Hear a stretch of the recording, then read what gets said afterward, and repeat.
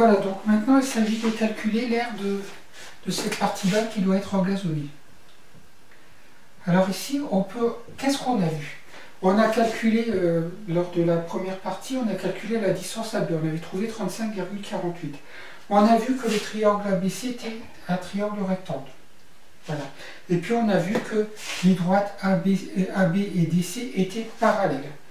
Ça veut dire quoi? Ça veut dire que comme AB est parallèle à CD et puis AB est perpendiculaire à BC, ABCD est un trapèze. C'est un trapèze. Voilà. Alors, dans un trapèze, pour calculer la surface, ça s'appelle la grande base. Ça s'appelle la petite base. Donc ici, ça, c'est ce qu'on appelle la grande base. Je vais l'appeler B. Bon, je vais l'appeler GB, la grande base. Là, je vais l'appeler PB, la petite base. Et ici, ce sera ce qu'on appelle la hauteur, que je vais appeler H.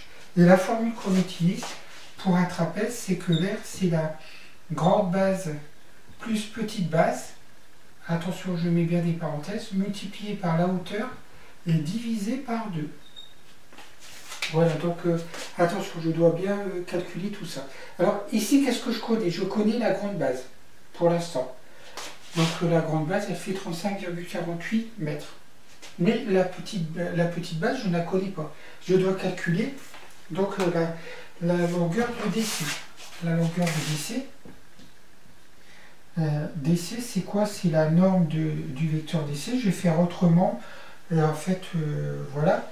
Tout à l'heure, j'ai utilisé la formule de la distance. Ici, j'ai utilisé la formule de la norme. J'ai besoin de quoi pour calculer DC? J'ai besoin des coordonnées de DC. Les coordonnées de DC, ça fait moins 2,4. Et puis 0 moins 0, ça fait 0. Je vous rappelle qu'on fait coordonnées de C moins coordonnées de D. Ah oui, donc ça fait 2,4, pardon. Donc, coordonnées de C moins coordonnées de D. Et puis 0 moins 0, ça fait 0.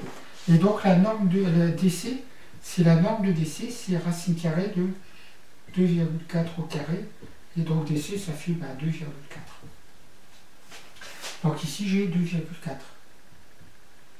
Maintenant, je dois calculer la hauteur. La hauteur H, c'est la norme du vecteur BC. Je vous rappelle que le vecteur BC, on avait trouvé ses coordonnées. BC, c'est 49,4 moins 49,4, donc ça fait 0. Et puis 0 moins 21,8, donc ça fait 21,8. Et donc la longueur BC qui est égale à H, hein, en fait là H, c'est la racine carrée de 0 au carré plus 21,8 au carré. Bon là il y avait le plus 0 au carré aussi. Et donc ça fait 21,8. Parce que la racine carrée du carré, et les racines carrées et le carré, ça s'annule. Voilà. Donc ici j'ai 21,8.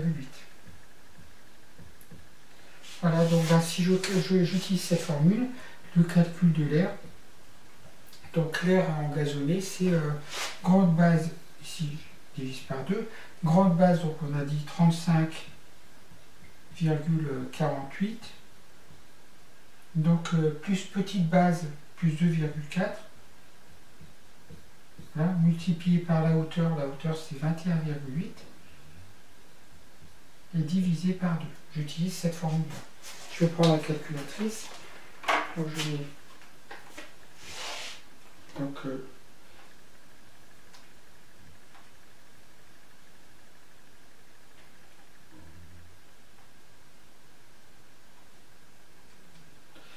voilà, donc je fais grande base, entre parenthèses, 35,48 plus petite base 2,4. Je vais faire la parenthèse, multiplié par 21,8 et divisé par 2.